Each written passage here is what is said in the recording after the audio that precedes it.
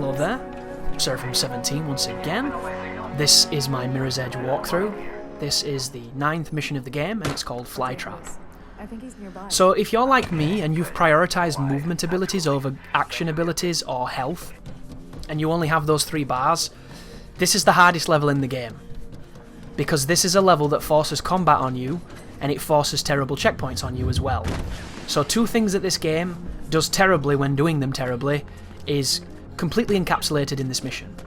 But I need to defend the checkpoints because they're not all bad. The checkpoints for the most in this game are great. When it comes to running across the entire open world city to get to a mission, if you reload checkpoint you will go back to a base which is 9 years away from where you need to be. Those checkpoints can die in a ditch full of AIDS, but the normal checkpoints within a mission are usually really good. Combine them with the loading times, which are also pretty damn great too, all considered. Fuck you, Witcher 3. And, well, that's not fair, is it really? As fun as that joke is to make, The Witcher 3 is an ambitious, massive game. This game looks like an N64 game at times, even though I do love its aesthetic. It's pretty fucking ugly at times. And it's choppy too every so often on the old performance side, it stutters a lot. But the one universal constant is great loading, so that's a really big plus in my eyes. However, the checkpoint on this next sequence is terrible because you have to take on, I think it's 3 waves of enemies in the combat, in an area where you can kind of run around, but it seems like it's geared more to you standing your ground and trying to kick them off ledges. And you'll learn in this game, if you play it long enough, that standing still during combat seems like it's the best strategy, but it's actually one of the worst, because this game uses a focus shield, which is momentum based and is given to you based on movement. So if you're doing crazy jumps and crazy hops and crazy wall runs and you're constantly moving forward, you're going to build focus, and focus is essentially a bullet shield. If you get shot while you have focus, it does no damage.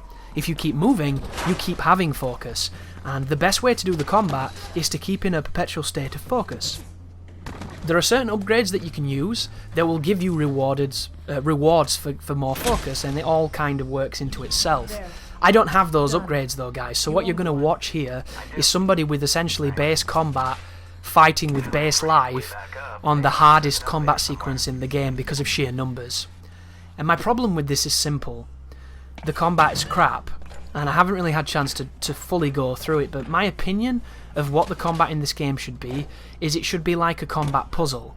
You should be put into a situation where you can look at a room and immediately ascertain that you run over to him, kick him to the left, he goes into his buddy, they go over the railing, you run forward, you jump over the railing, you do the big high jump, you drop kick the next guy, he falls backwards into his other buddy, he then falls into 2 other buddies and they all fall off together. It should have been short, concise, popcorn action moments that complement the movement.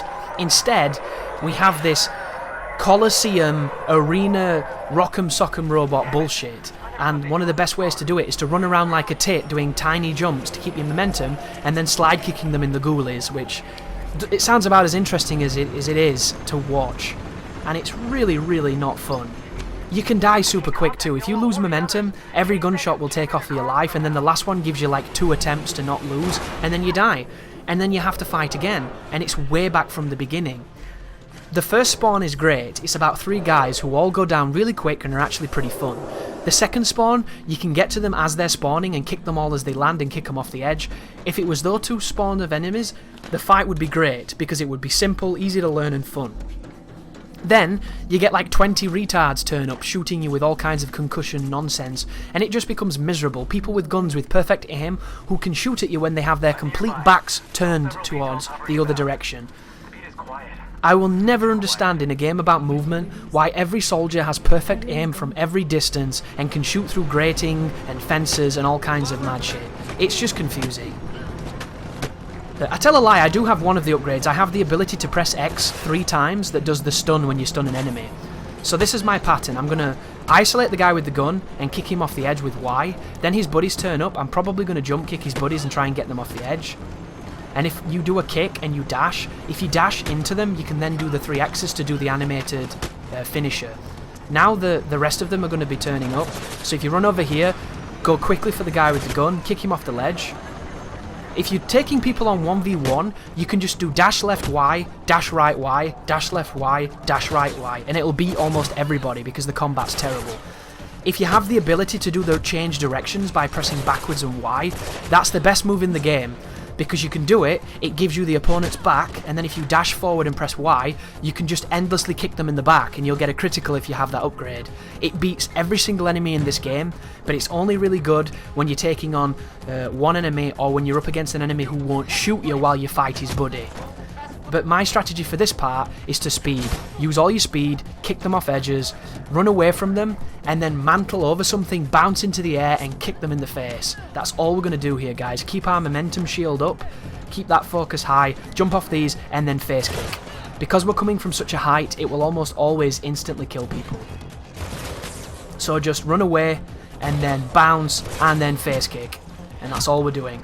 Running away, keeping up that momentum, keeping up that shield, bouncing around, jumping, drop kicking, kicking their teeth in, and I miss, which was unfortunate, and I get him, and then it's just me and this dude, and then there's going to be another spawn, I think. There's the finisher, see you later, 3 people up there, one of them has a gun, go for the guy with the gun, he's the bigger dick, and if you can, jump and kick him in the face, and then get your momentum. Other guy's not shooting because this guy's with me, he'll shoot now, kick him, and when you're 1v1, it's time to style on him. But just mix up your attacks, mix up your directions, always be dodging left, right, back, forward to keep yourself out of their range. And be careful of this opponent, he has the ability to fire a concussive blast that has fantastic accuracy. The accuracy of the AI, considering there's no traditional difficulty in this game, is straight up veteran.